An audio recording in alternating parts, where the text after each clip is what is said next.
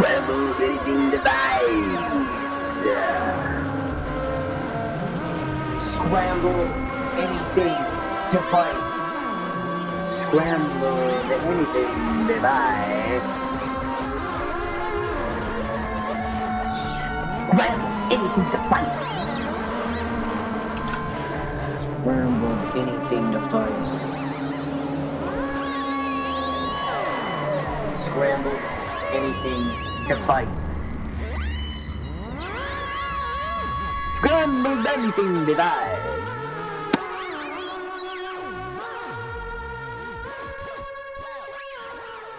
Campfire keep asking me, what order do we go? What sort of organization are we going to have here? Are we even going to talk about the title of the movie? As if there's some sort of tact involved with these Potcats. It's called Potcat for a reason.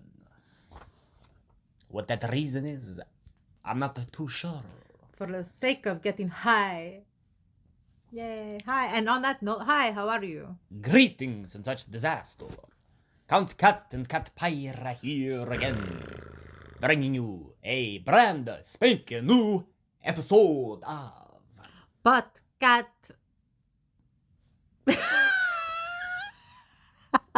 Castle Cat Horror Potcat. And Cat Pyra still don't know the title of the show. The 5th episode here tonight. Tonight we shall be looking into the mirror and speaking his name 5 times. Don't do it. Don't do it. I don't really appear on the mirror here anyway. Okay. Candy cats, candy cats, candy cat, candy cat. Wait, was that 4 or 5? I wasn't counting. Candy cat, candy cat. 6 sound like a better number to me anyway. So, today's film that we're talking about is, if you haven't guessed it already, Candyman. Thank you, I forgot. Too much catnip. Candyman, a true masterpiece of film, based off of a book by Clive Barker called, I forgot, The Forbidden. It was first appeared in a magazine and then later in the Book of Blood or something of the other in Clive Barker's short films. Yeah. The Book of Blood. Yes, I have it all here in front of me. But do I look? No, because I want to chime in and jump in and let you all know what I don't remember.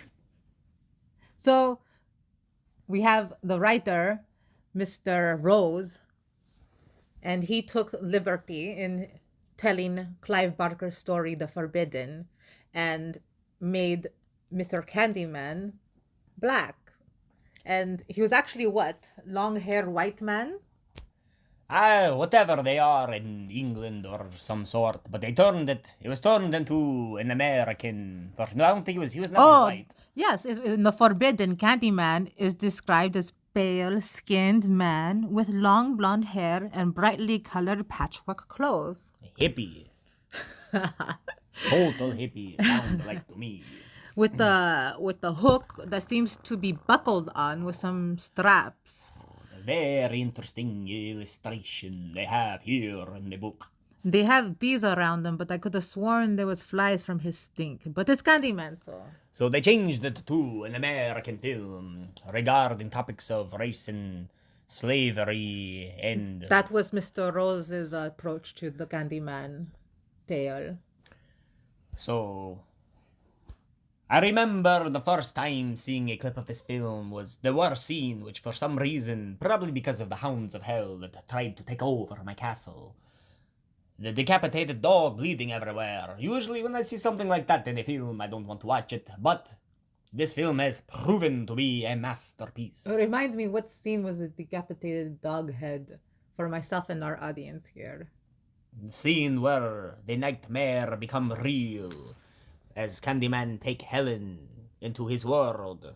So those who don't know, Helen is a woman that wants to prove Candyman, the urban legend story, is real. She's studying in the college, and she has a husband that's a professor, and she's going into the urban neighborhood to prove and investigate Candyman. And along the way, urban legend, she finds that this dude, hey, he's he's real, and he's blame. What's that word I'm looking for? He's framing her for the murders and showing that it was her all along. Yada yada. He's the real deal here, and she becomes an urban legend in her own by killing her husband, who was cheating on her with college student. So Okay. there's the end of the film for you. Boom, bada boom. One of the themes supposedly that transfer from the book to the film is the graffiti. And that's where they find the legend coming to life within. What's the name of that place? The project? Cabrini-Green. Cabrini-Green, which is a real place in Chicago. They actually, in the projects, the director found a real murder that was going on there at Cabrini-Green. And he wanted to use that, and he used the same first name in the movie, in the news title, and he integrated those two things. Another thing, what's his name? Clive Barker did. What did he do? What's another good fact? He wrote the book. So yes, I start off with this grad student doing a thesis paper on urban legends, and they discover the tale of the Candyman. So they go investigate it. She run out of film when they find sort of what seems to be his lair in Cabrini-Green, and she call his name 5 times, and Oh, here's a good fact. first they think it's not really a real thing because there's some guy going around killing and that beats her up in the bathroom, calling himself Candyman, and then later the true Tony Todd Candyman, Daniel Robital, reveal himself to his echoey, cool, poetic voice. Be my victim. Who was supposed to be Eddie Murphy. Can you believe that? They originally, yes, Eddie Murphy and was Sandra Bullshit. Sandra Bullock was actually third in line for the role of Helen, because the first one was Mr. Rose's wife, Miss, what's her name? Alexandra Pig, double G. She was the first one casted for Helen, and Miss Virginia Madsen, who plays the Helen that we know in this 92 version of Candyman, the original version, she was casted as Bernadette, the best friend of the character Helen in Candyman. So once Miss Pig got pregnant, because she looked like a pig, she ended Plumped up like a pregnant pig. she ended up getting booted out, and Miss Madsen got the role reluctantly because she didn't want to, step on any toes of her friend who had the role originally. But she was happy for her friend, and voila, they are casting Miss Madsen as Helen. And Sandra Bullock, if Miss Madsen had not accepted that role, Miss Sandra Bullock would have been casted for Helen. Weird. Very weird. So, thank Satan that Eddie Murphy, Sandra Bullock, and they recasted and rearranged everything. With his laughing and all that. Can you see him as a serious role? He's done it before, I believe. He Only recently. almost got away with it, sort of, in what is it? Vampire in Brooklyn. That was what they were looking for, was a vampire. Of course, everyone wants a pyre type character, but they wanted that mood and feeling. And yeah, Tony Todd has a deeper voice, and I think we all agree. And you were researching, saying Tony Todd considered this role his Phantom of the Opera. Oh, that's right, because of the romanticism in this movie. Because there is an underlining romantic dialogue going on between Tony Todd and Helen. In real life, the director, Mr. Rose, had requested that the two characters take dance classes and... What was the other thing, too? Dance classes. And what's that with the... Fencing. Fencing with the swords. Haven't done that in a while. They took fencing, yes. And that created that chemistry between them. Another interesting fact was, you said that the director hypnotized Virginia Madsen as well as Tony Todd for some of the scenes. They had the bees coming out of their mouth and things. That's right, yes. Real live bees and real live hypnotism to get that. The film, the reason I love this film, well, because it's a good movie, but it's just done so well. Like the the feel, it feels very, very authentic. No very, CGI. Very poetic. Yes, all practical effects. Very poetic. It feels like a real nightmare. The vibe it gives off. The music by Philip Glass. Even though I hate his score for Dracula that he did in '98, his music composing for Candyman and Candyman 2 is perfect. His I love score really enchants. It's very enchanting, and it engages the watcher to really feel a part of the film. The music, the poetry, the echoing, the way Candyman appear, the way they shot and directed it, with him appearing almost as a silhouette the first time he is revealed in the parking garage, as well as those great aerial shots they filmed from above the city of Chicago. They used the Sports Live Skycam camera back then in '92. Was a great and still is a smooth aerial shot. I think we could all appreciate that. Just the film come together in so many different ways that it is a true masterpiece. Very haunting. But yes, the director did hypnotize the main actress, Helen character, Miss Madsen, for 10 minutes before her scene. And that gave her that hypnotized gazed look to Mr. Candyman. And Mr. Candyman himself, Mr. B-Man, had his manager. His contract. His contract. His agent. Yeah, one of the clauses was that they charged $1,000 for every bee sting he had. And he had how many bee stings? 23. 23. He ended up making $23,000 from being stung by the bees on set. And those were real bees in his mouth. And he had a little mouthpiece in his mouth so it wouldn't go down his throat. I'm not sure if they paid the bees or not. But they were baby bees. They had a bee handler who was, guess what? On My Girl. You know that movie with Mr. Macaulay Culkin, the scariest movie ever, My Girl? So after he got done killing Home Alone, after the death of, I forget his name. Whatever, Little Wiener Boy from My Girl. He gets stung by bees. And What is his name? It's not relevant at all. Is it going to bother you now? Home Alone. Macaulay Culkin. Macaulay Culkin, I yes. said his name several times. No, you Macaulay Culkin. You'll hear later. So after he killed Macaulay Culkin, he showed up to try to kill everybody on the set of Candyman. With a new set of baby bees, because if they're baby bees, they're less likely to sting you, which is... Not only do you have animal exploitation of the bees, They were actually decapitation raised of a dog. for this role. You know, because I do not support those things, but here I am hyping this film because it is a masterpiece. So do not quote or record me saying this. We hope that no bees were harmed during this film. Well, hate to break it to you, but when a bee stings somebody, it typically die afterwards. It's the way the bee crumbles. Does that make sense? At our refreshment center, you'll find a large variety of goodies to satisfy your hunger, your thirst, or your sweet tooth. Finally, we're lying down. And we're back, and we're lying down. No, we have to get up. I'm going to fall asleep. Yeah, right. You're singing I mean, a nice no, little laugh. tune. You're singing a nice little tune. The candy cat can, cause he mixes it with the blood that makes your blood boil thin. The Candyman can. He's got the hook for a hand.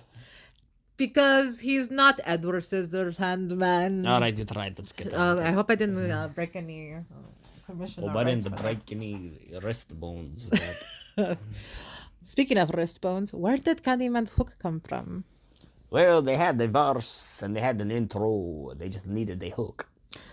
Which the FX team had hired and commissioned a blacksmith for the actual hook of Candyman, and he didn't want to what? It was the non-Christian thing to do because he thought Clive Barker was bringing hell from his books onto the screen, bringing people to hell. So he was an idiot and they commissioned somebody else to do it.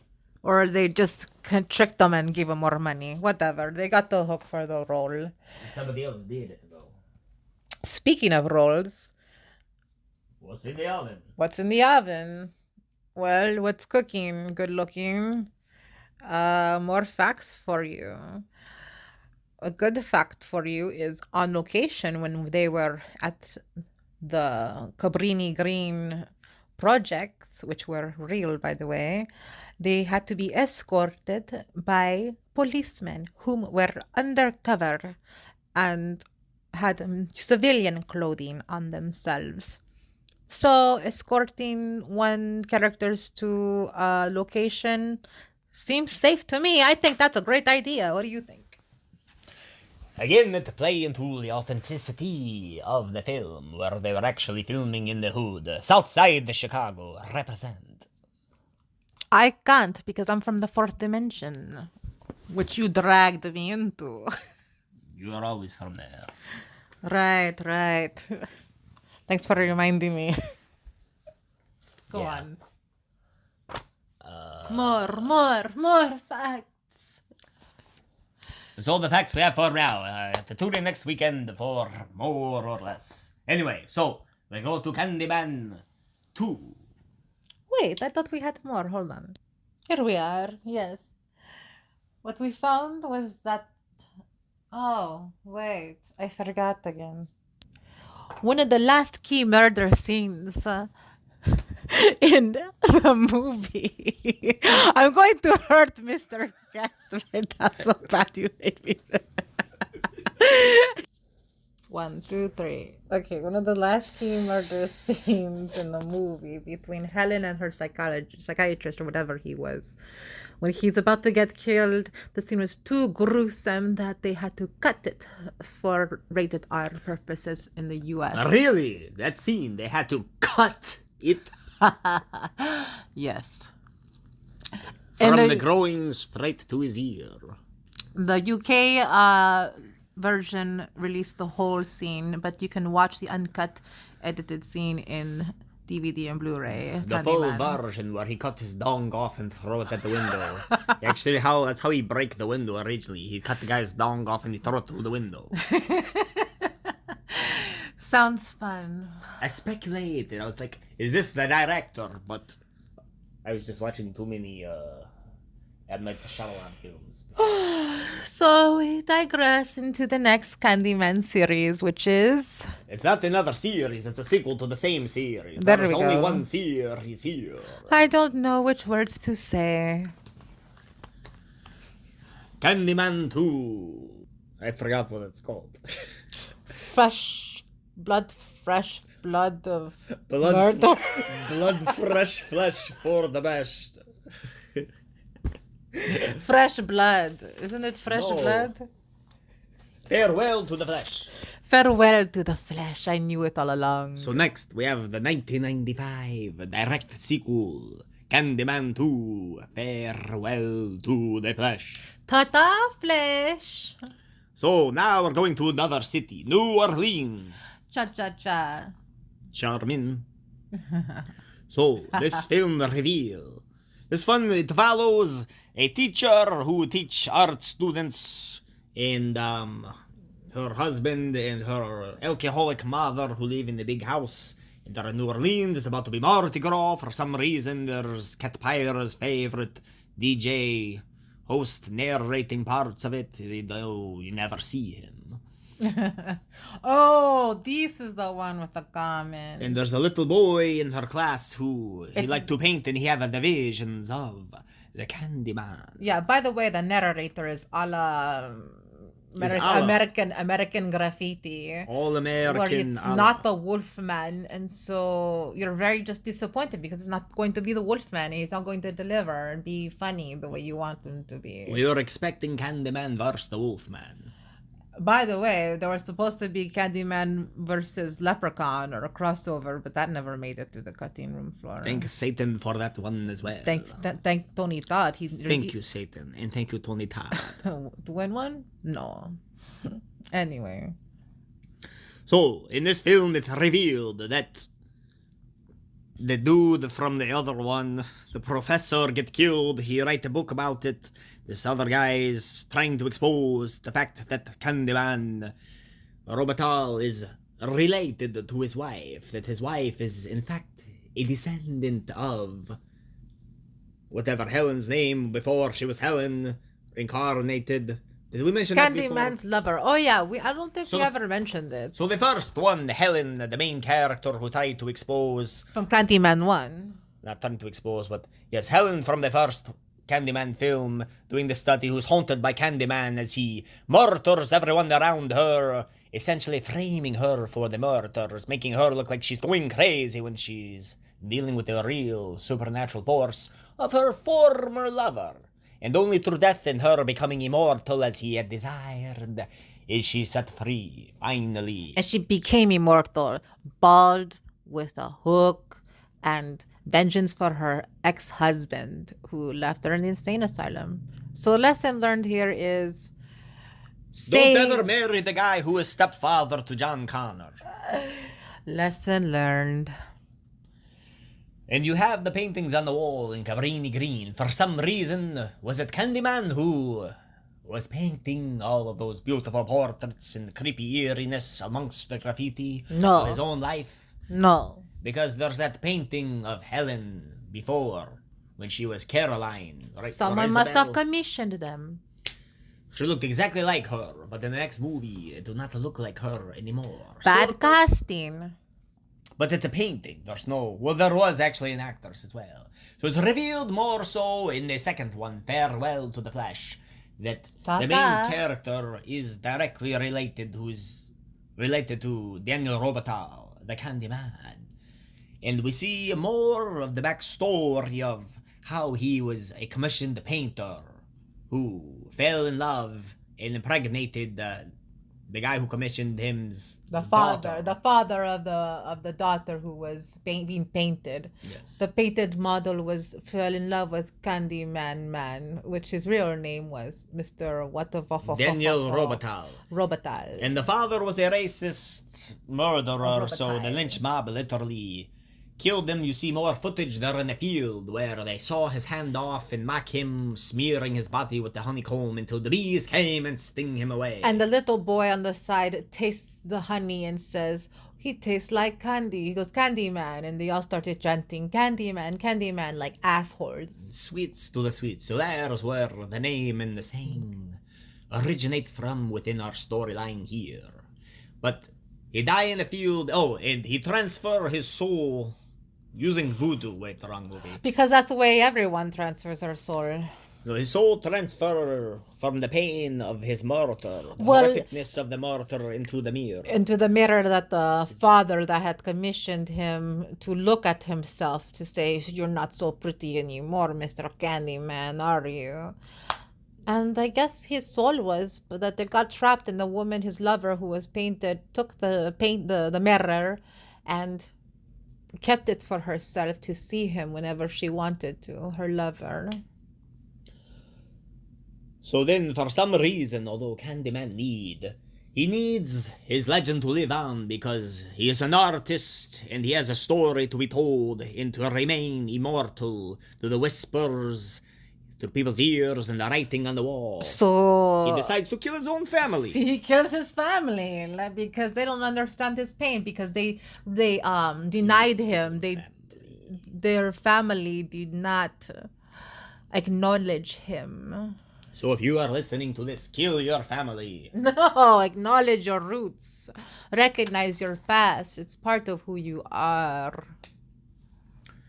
So, Annie, the main character, whom is the teacher in the second film, she ends up finding this mirror in the house where Daniel Robital, the Candyman, was born, which was a slave quarters, because he was born to a slave who later invents a machine to manufacture shoes. And the thing that struck me a little bit strange here is, so, you have his origins in New Orleans, but his ashes, after he was burnt, were scattered amongst Cabrini-Green in Chicago, Illinois. So, I assume he was murdered in Illinois, and then the mirror returned to his birth location in New Orleans. Because that's quite a few miles away. Sounds nice. So the mirror gets shattered and his power go out. Now the goal is to find this mirror, and they did. And then once they got rid of it, They just said. he's dead. Well, I don't know if they're following. I wasn't. So she shattered the mirror, and then the worst part of the film is the CGI effect for when he breaks into a bunch of pieces. Wait a minute, that was CGI. Sure wasn't the real glass. I thought it was sugar water. You know, Candyman. Would he break apart? Well, don't they do that for fake effects? Sugar water or sand water? And They use that to break through windows and mirrors. Isn't it the same thing for vases and glass? No, his face, his body.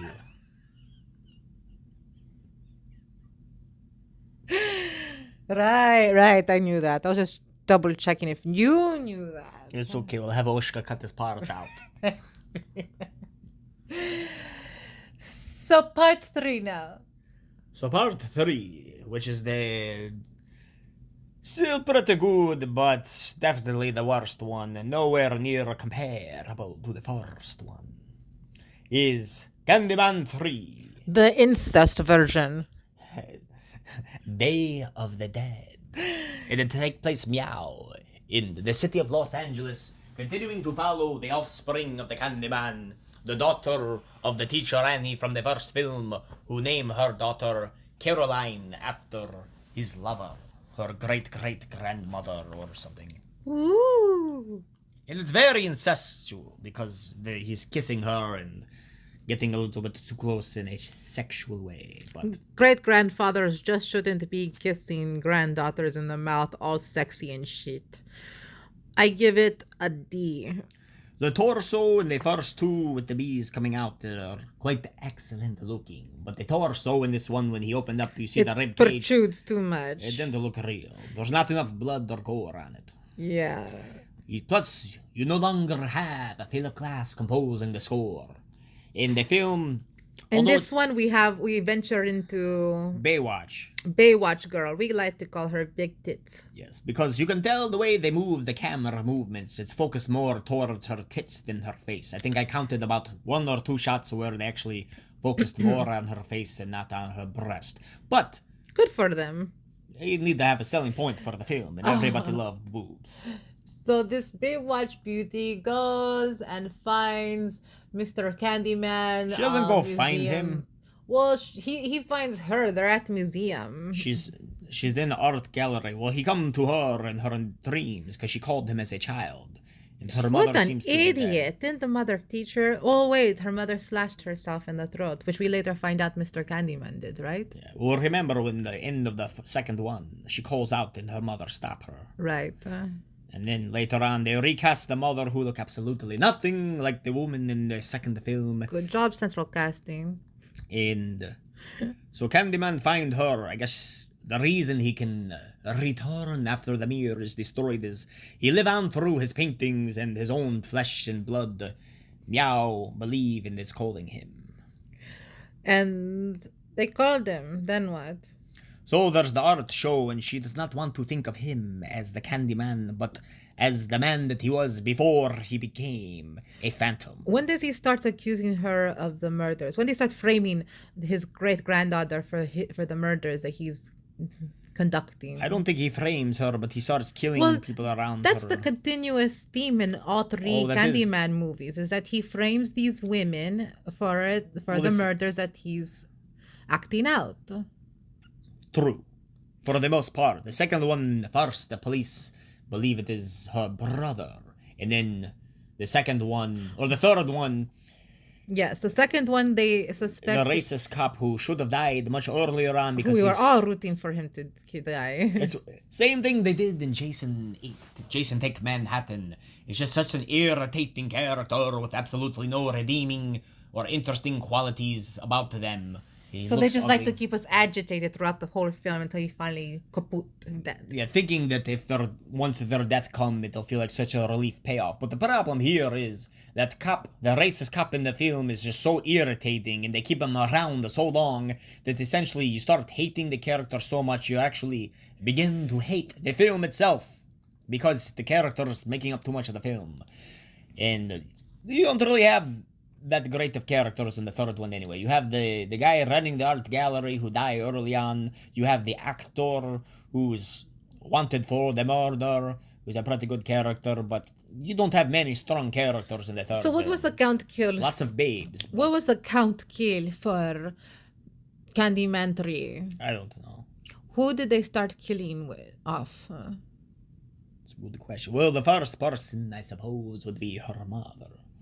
And then there was all the cult people. There were all the next the two people were the friend who run the art gallery. What's his name? Mario. And his girlfriend.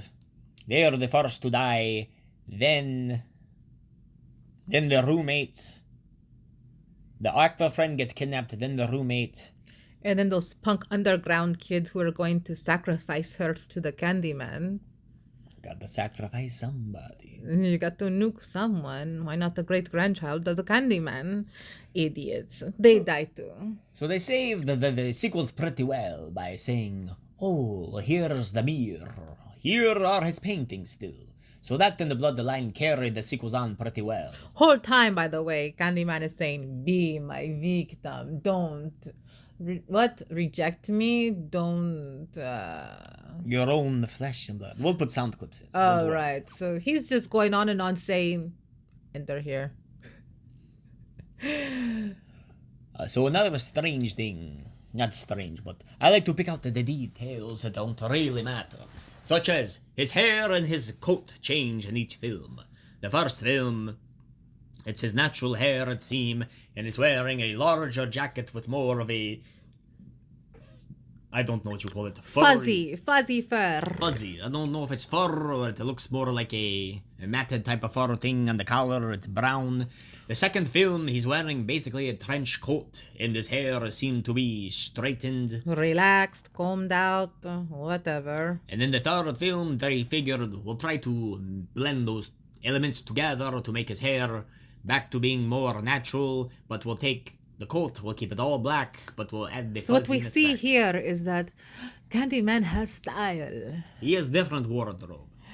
He has style. He's not man to one coat. I mean, what is he, a Simpson character? And another thing, if he is the Phantom or the Ghost or the demon version of Daniel Robitaille, and it's after he died, where he is missing his hand. Where is his bee sting? Where are his bee stings? He has no bee stings, but he's still missing his hand. And where did he find the hook? Yeah, but did he just find a random hook and say, hey, this'll do? What if he found a feather or a... Give me something that's found in the wilderness. Lightsaber. What if you found a No, not a lightsaber. Something you find in the 18th century or 19th century, whatever your Scythe. I'm going to burp in your face. A scythe. A scythe. No.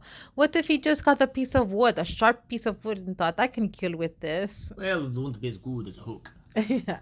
So the original Candyman, in Clive Barker's book, The Forbidden, the character did indeed have a hook for a hand, which just sounds nice and spooky, don't you think? Everybody needs a key weapon. And another one thing I found interesting, although this has no relation whatsoever to Candyman, the killer from the 70s in Texas, that killer did use hooks to put his victims on, so the hook thing related there to this, that's really the only thing. Oh, yeah. Towards the end of Candyman 3, you see the Latin lover interest being hung on hooks. De la Paz or something piece. De la Paz, yes, means of the peace. Well, it's quite That's his appropriate. So that's the relation, and we're sticking to it. Another inconsistency in the films, for some reason. The second one, the flashback show they're in a field, and everything is like warm colors. It's just like a field with a log. He's killed there, but in the third one, the flashbacks, he's tied to a tree, being killed. Yeah, what's up, inconsistent? Which is a little bit more visually pleasing, just because I do not care for such warm tones. But first I figured the guy in the art gallery is just telling the story incorrectly, but then here come the flashback at the end of the film from Candyman himself, and it is a different setting altogether again. I mean, what gives? Well, thanks a lot, director and writer of Candyman 2 and 3. We didn't need that. Not sure what to say here, but we are going to see Candyman 2021, which I figured was a reboot, but now they're doing that stupid shit where they don't count the sequels, and it's a direct sequel to the first one. So we'll just call it Candyman 4, but it's called Candyman. So we're going to be checking that out soon. There's no way in hell it shall ever be able to top the first original. No But I'm way. sure it'll be better than the third Who one. could actually beat being really hypnotized for a scene when speaking to the character Candyman? It just gets you there. Am I looking at a picture of Uncle Spooky? Insert Uncle Spooky. Oh, what is that? It's snarly. Okay. Regardless, it is good that you came in when you did. We need to get this movie. Born on the south side. No, you're born here near Cabrini-Green. Covered in blood. I mean paint. If anyone knows where. If you know who Brianna's father is, please inform us below in the comments or send us an internet email, I believe is what they call it. Us cats get too distracted for. They talk about her father's legacy and all the things being in storage, some sort of tragedy, but maybe we are missing something here in Candyman 2021. After all, we're just two cats watching horror films. Watching the windshields go by. And we often get distracted by moving objects on the screen. Like, hey, what's that over there in the corner? Wait, this is the good part. Because it refers to the first one. Killed a woman named Helen Lyon. A baby that was taken. Something they used to call Candyman. Oh, shit. Mom. Don't say that. Terrible. Mama You told me I was smacked born her on the south hands side. at her son. I did raise you in the home, you remember. She looked better than she did in 1992. But you were born in River North Memorial. River North And spent the Memorial. first 2 years in Cabrini. Represent. The future did her good. Why did you lie?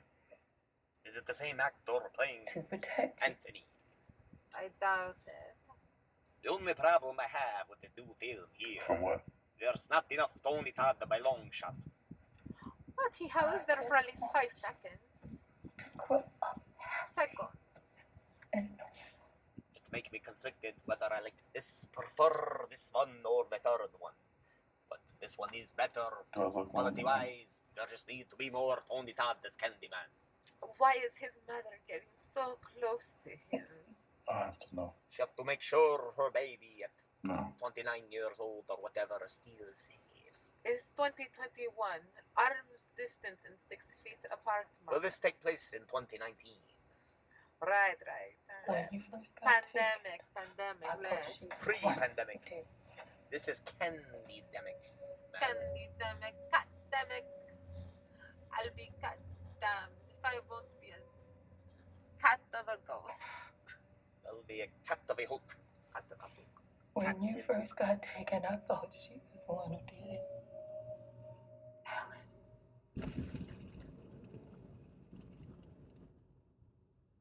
The way I found Helen out, covered in blood. We all thought she was crazy.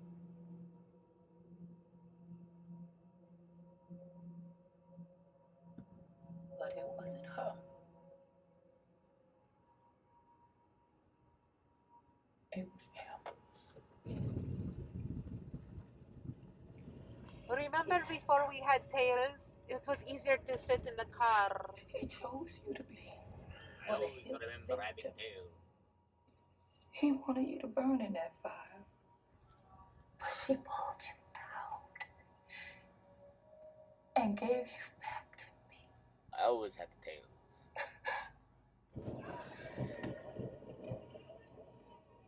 I thought it ended at night. In the fire, I thought she ended it. Great cat's ghost. Is that a And we baby? vowed to They're never say his sacrificing? name again. Yes or no? That's him, Anthony. But, Oh, good. That's the baby right Someone there. broke the Left bed. there. and You found me.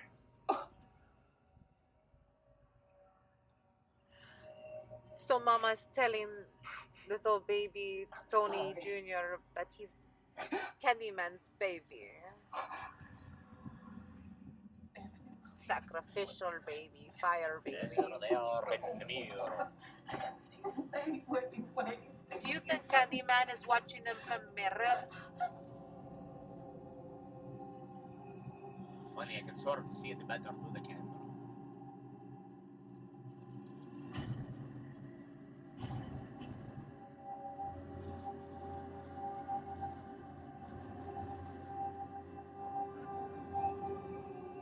Whew, I could feel the ominous music right through my pulse.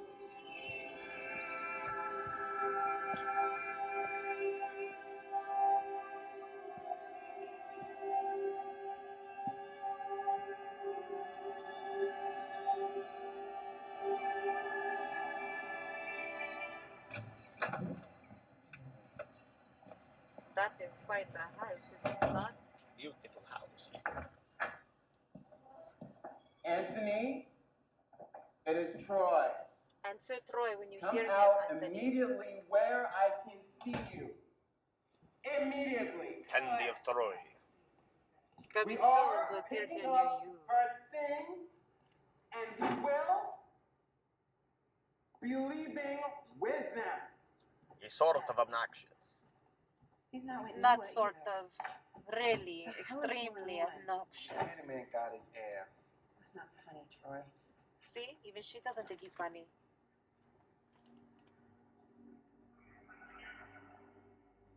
What is creeping her out? The laundromat. Terrifying to do your laundry in Chicago.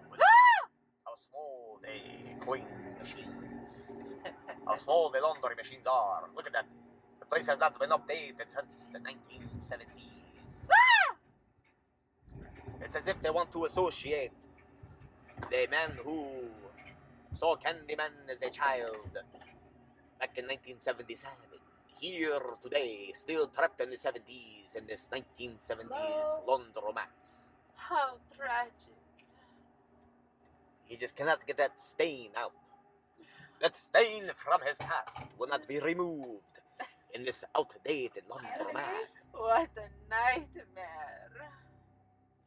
He should have tried Clorox or Downy or perhaps candy cotton removal. Fools. Candy cotton removal.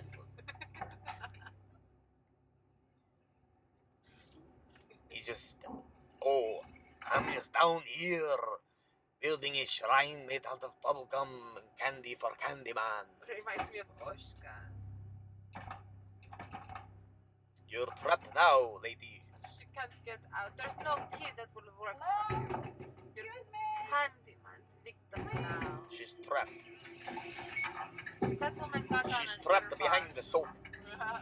That woman doing her laundry looked trapped in the 80s. Totally, with pods in her ear. I mean, who would ever come to save someone named Brianna anyway? Would you? Of course I will. No. Please, I'm not scared anymore. Sounds like an attractive. Someone who knows what she's not and also doing. So while we're here watching the movie for the second time, what was your favorite part and what was your least favorite part? When he wore the red beanie. Go It was yellow. away. Right, no, it was red. Oh, I thought it was yellow for some reason.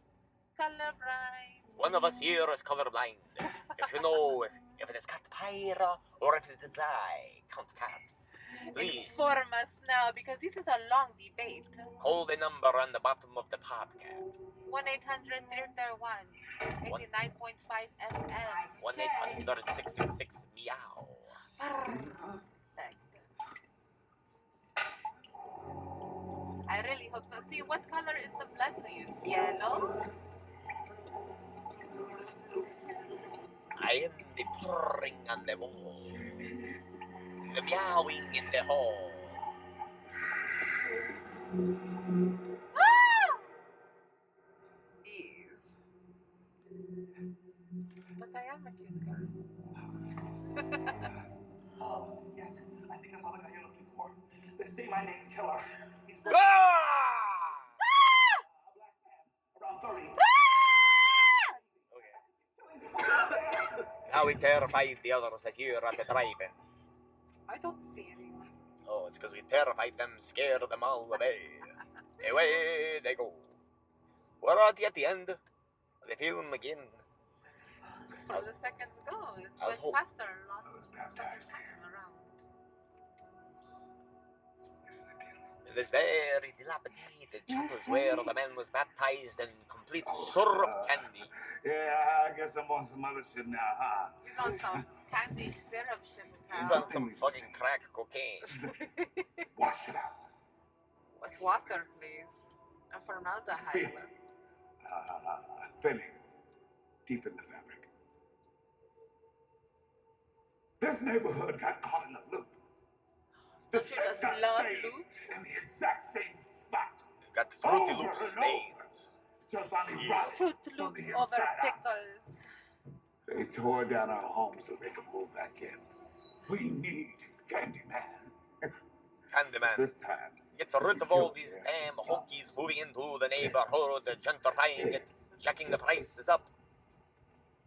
I knew it was only a matter of Who time. can afford to live in before the Humboldt baby Park came back these here days? in perfect symmetry. Back in the day, Candyman. it was very affordable. You just had to risk getting beat to death with baseball bats if you were two girls. Just do what my family does. Set spell on them. Get to know them. Get voodoo dolls. And have parties. So here, the interesting thing, as you pointed out, Catpira, is that this crazy laundromat kid guy, he stole the hand off of a brother when that was originally the racists doing that too, Daniel Robital. Correct. How can brother do that to other brother? At least in the new film here, Oh. they show where he got his hook from in the story. They say they jammed it into his wrist after they hacked his hand off. And now As this this man is piercing the hook into this Thomas baby boy man. What's his name? This is Anthony. You just told me to say his name and I don't want See to. what happens. That is the whole theme here. Say my name, say my name. When no one is around you, say baby, I hate you. Suck my Suck my dick. Oh wait, I don't lick have my one of teeth, those. lick my teeth. When no one is around you, stick it right in, meow. Truly the most terrifying part of this film. Not these expired, weird candies this man is holding, but when these crooked cops show up, because crooked cops with brutality are the most terrifying thing today, especially if you are a black person. What's bothering me right now is this, like you said, the man is carrying a candy lollipop in his hand. Oh, lollipop, lollipop. Candyman had nothing to do with candy. He just tasted sweet like candy. From the honey that was smeared on his body. Thank you, yes. So they also changed the other thing. Originally, he died from being stung to death by the bees, and then they cremated his body. This version, after he was stung by bees, they set him on fire. Well, that sucks. I mean, sounds refreshing. I was reading and remembering when you die and you have to travel to let go of your ego waffle of your ego. Wait, You have let to go of burn. my ego. You have to burn it all through.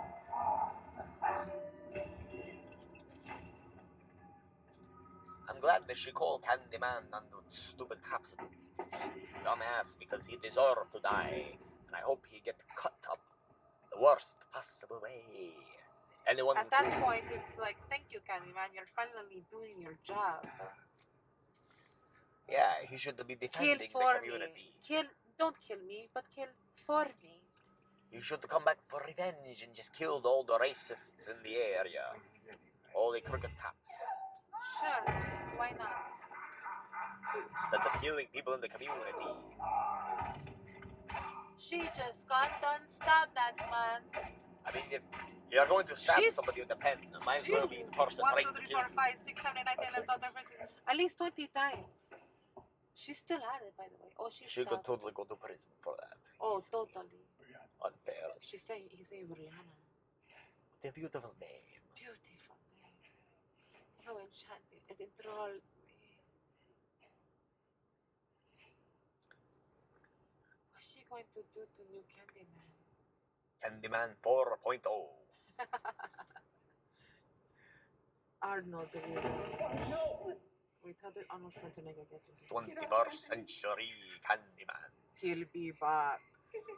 I was very grateful in the intro when they took the Candyman can, cause he mixes it with blood that makes the world taste good.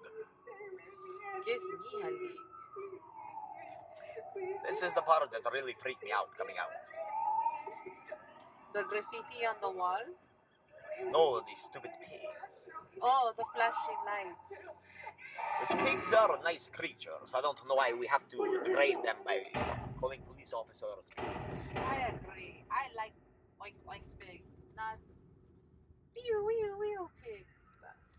So they fire the gun. We see blood. Did they shoot? Did they shoot Anthony there on the ground and kill him? Or did they kill his lover, Brianna? Well, she's clearly not shot. But she has blood on her hands, but she just stabbed someone to death. And Not a good was time touching... to be wearing white. Not at all. It's never a good time. That's why I wear black and purple. Thank you. So I can keep my sanity. Another thing with Anthony's incarnation of the Candyman, all that stuff on the side of his face. Do you think it is burn marks, or it is bee stings, or a little bit of both? Little bit of both. Great combination. Have you ever toasted honey? You put some honey on bread and then set it on fire, scatter it around Cabrini-Green. It tastes delightful. Just last Wednesday. Look at that cop. He's look like an asshole. Tell me something that I don't know. Or that isn't true. One time, I spelled... I forgot the word. Whatever Mary Poppins said. Supercalifragilisticexpialidocious. Yes, I spelled that at spelling testing. Got it right, even though it was completely incorrect. How forgiving them. Very unfortunate Fool. what happened to your man in there. We've been looking for him. Now hated this Brianna's part. in the back of the Got 50 cop here. car. I don't even want to hear the cop go through this shit again.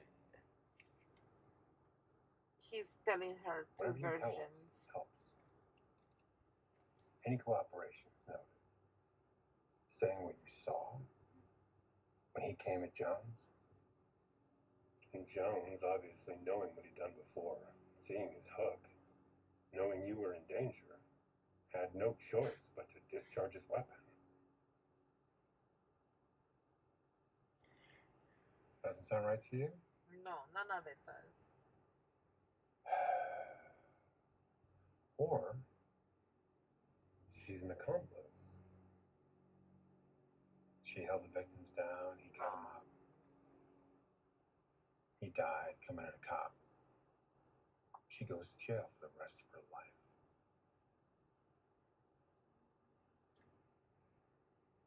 Which story is it? They really need to just fire all the police in the United States and maybe the world. Can I see myself? Start all over. Yes, rehire them. They did that in Poland after the Berlin Wall came down, and it worked wonders for a while. See myself. For a while. Well, I didn't keep up to date since the early 1990s. Say whatever you want.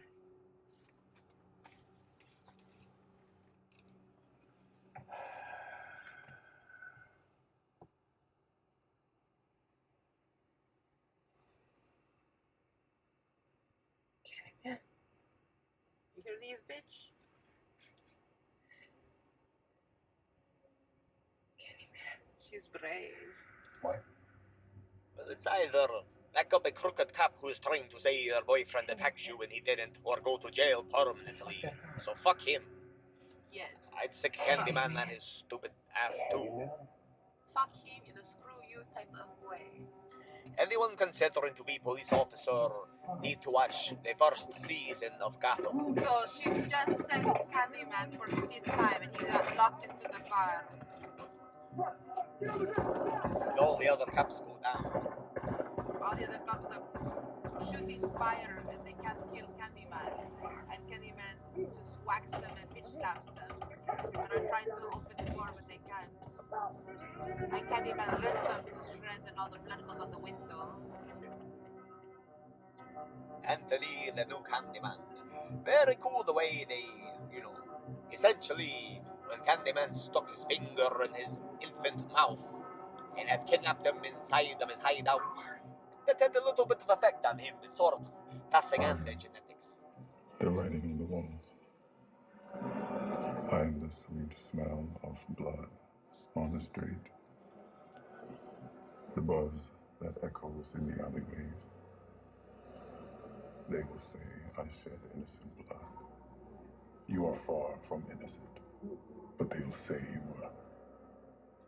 That's all that matters.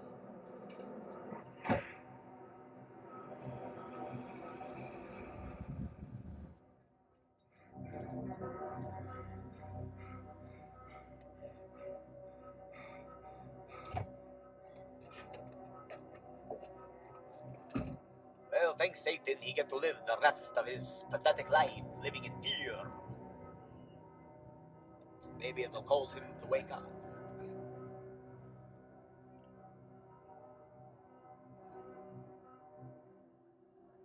Women just look so good covered in other people's blood. I see a whole neighborhood, but nobody is speaking out. Is everybody out of town? Well, this is Cabrini-Green right here. Looks like someone is being attacked by bees. They were not behaving. They better be careful.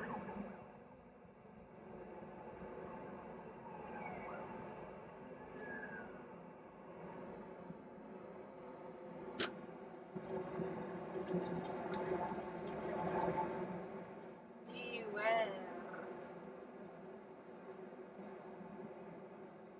Tell everyone.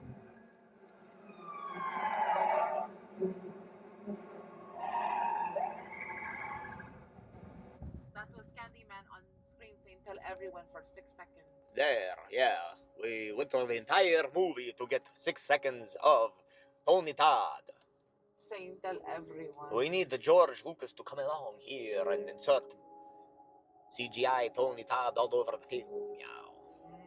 Well, I enjoyed it. I suppose technically it was much better than the third film, Candyman, Day of the Dead, but Fine family fun. not sure about the second one, and most certainly nowhere near the capacity of...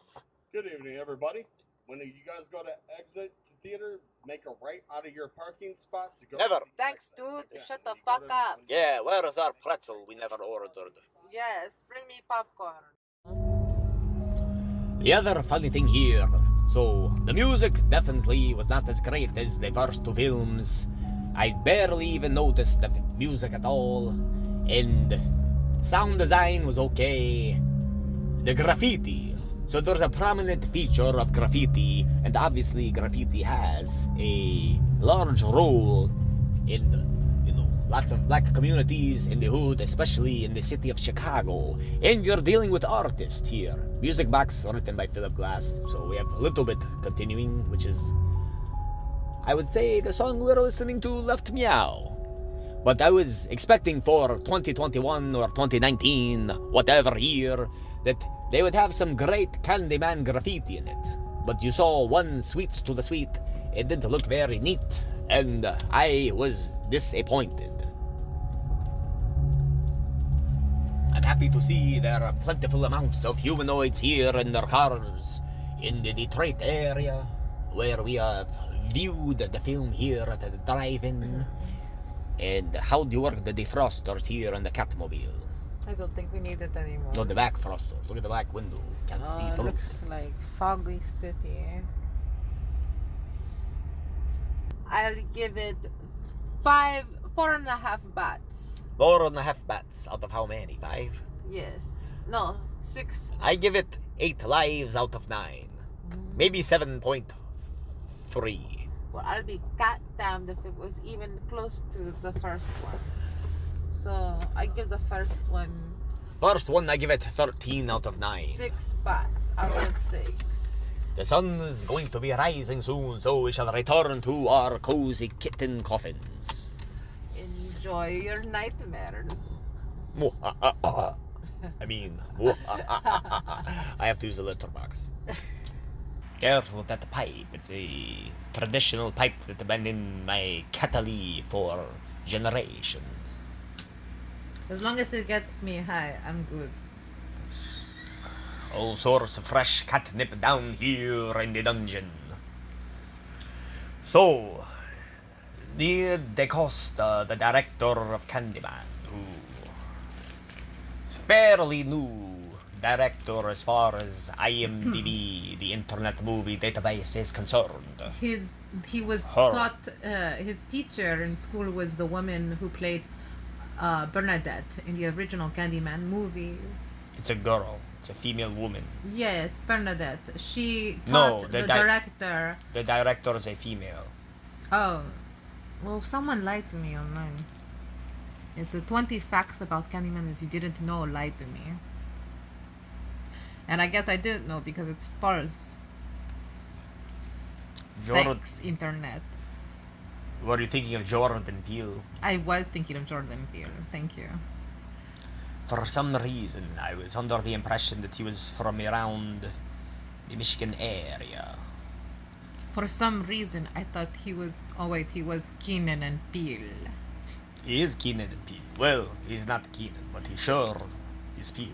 Goes to show how horror and comedy are not too far apart. True, maybe, perhaps. I don't And very agree, but similar. absolutely. Very similar. So overall, what did you think of the film from last night, the new 2019/2021 Candyman? Fun fucking tastic.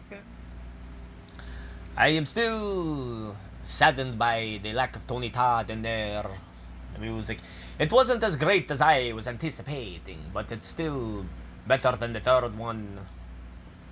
I don't know what else to say, really. I mean, 5 seconds is 5 seconds of Tony Todd. I'm good with it. I had been...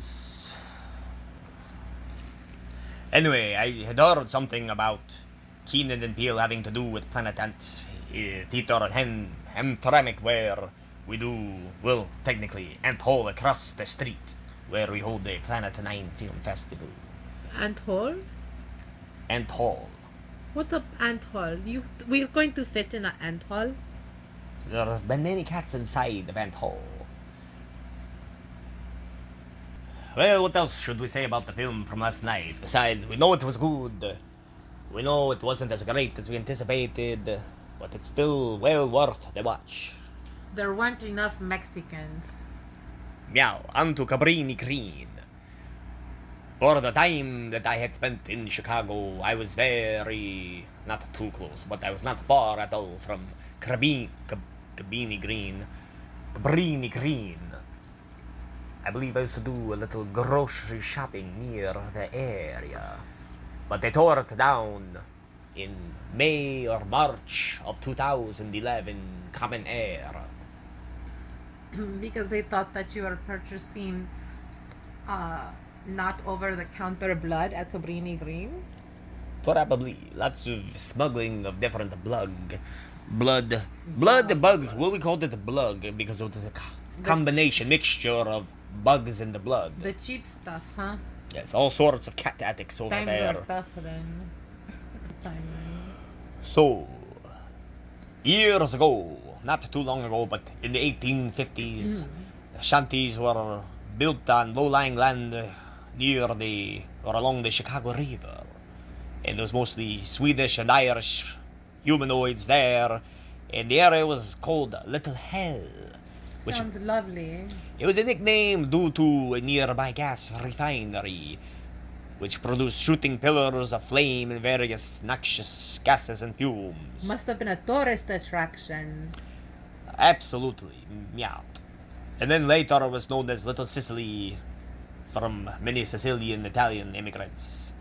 And in the late 20s, it was considered a slum, and apartments where people resided, such as in 1942, Francis Cabrini Homes was it was 2-story row houses with about 580 something units, 54 buildings. That's it? Yeah, I kid. quite a bit. And they built onto it later on. In 1957, in the early 60s, they had various architects Tell me completing something it. more interesting. Like, when did they blow it up, and when were they shooting films there? Well, the next interesting thing was probably, so it was essentially the projects there in the 1970s. And did they house horses? I don't believe there was any horses there, no. Why would there be horses? Of course there's no horses. It would strain for Maybe strange some divorces. pigs or It's not a fucking farmland, it's the city of Chicago.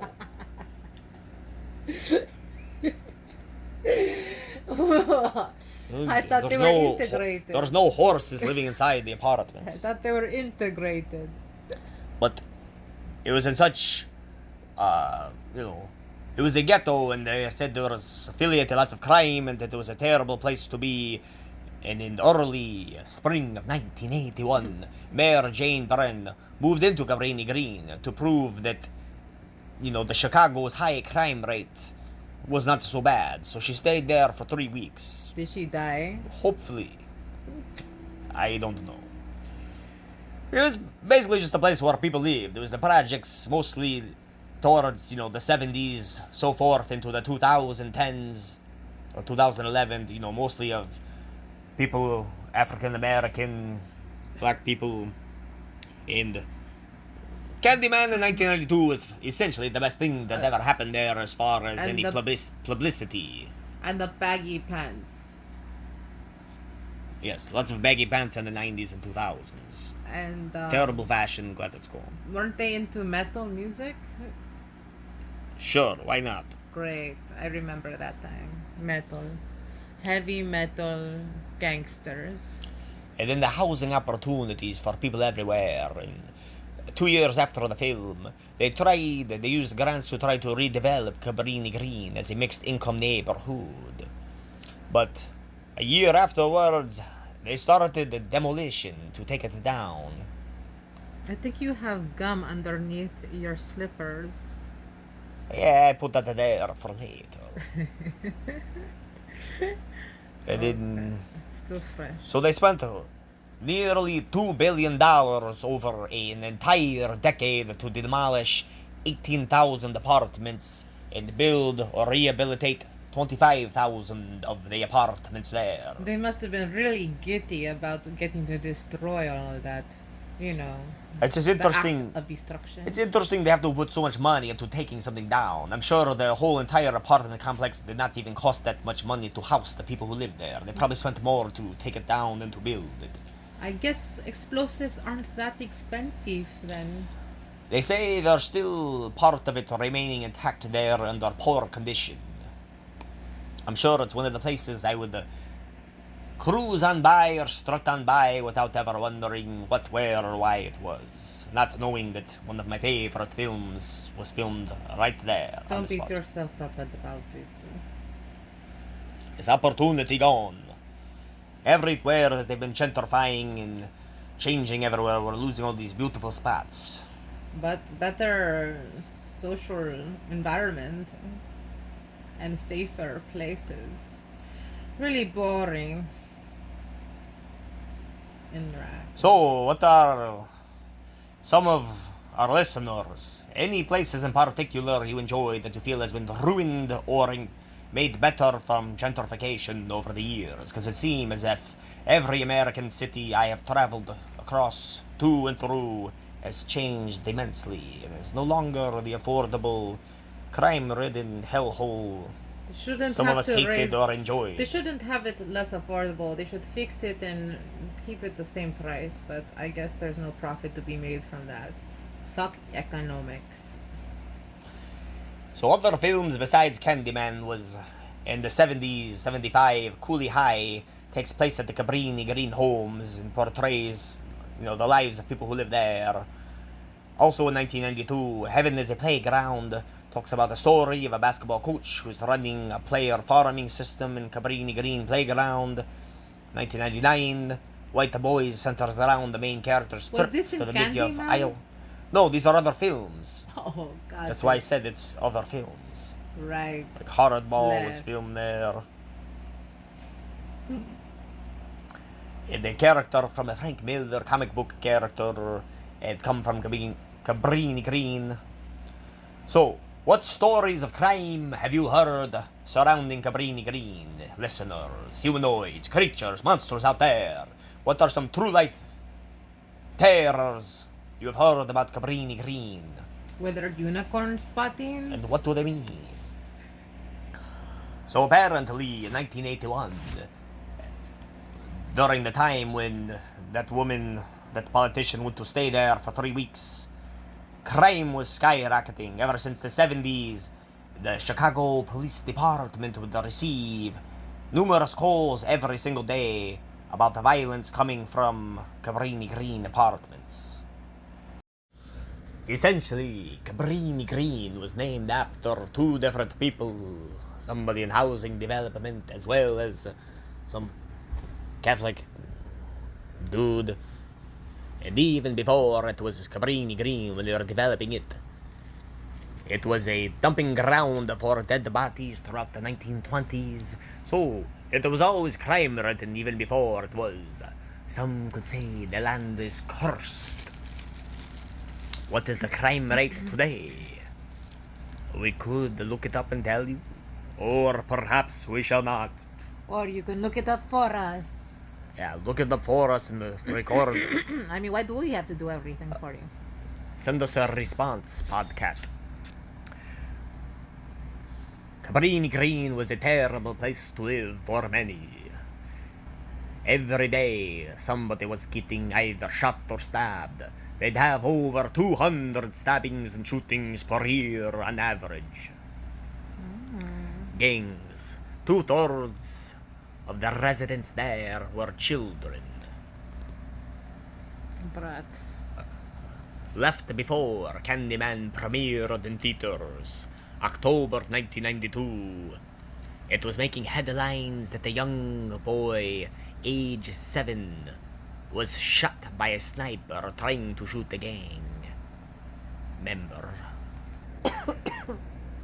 7-year-old Dantrell Davis was shot by a sniper trying to shoot a rival gang member as the young man was with his mother, as if it were some sort of war zone. It reminds me of a grandfather of mine experienced terrible things during his childhood, during the war, saw one of his friends' heads blown off. That's what Cabrini-Green reminded me of. What an experience.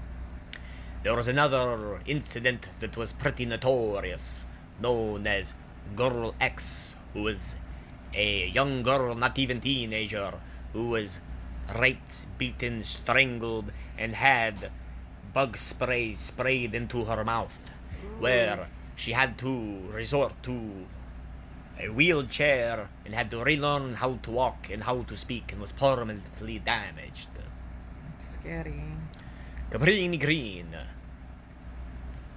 Crime-ridden place that the Chicago Police Department was terrified of. Many people lived there and experienced it and survived, but many did not and died there on the haunted grounds of what was once and shall always be known as Cabrini-Green. Ruthie Mae McCoy was a woman who was a mother. A single mother who did not want to live in projects. She lived in another building that were projects, and she was technically a diagnosed schizophrenic who would hear and see things. However, when someone was trying to come through her bathroom wall to the mirrors, how people would sneak through the mirrors from one compartment to the other, as you see in the first Candyman film. She called the police twice, but they did not believe her and thought she was crazy. Later, her body was found shot in, laying dead inside of her apartment with her furniture, a chair, and her television set missing, but found in another resident's friend's place. I hope those cops are digging their own grave now. The perpetrator suspects were never convicted and let go after 2 years. Her daughter and her brother were the only ones who tried to defend her name in her honor. Her daughter actually sued the apartment complex of the projects. The building manager was sued for about $1.5 million.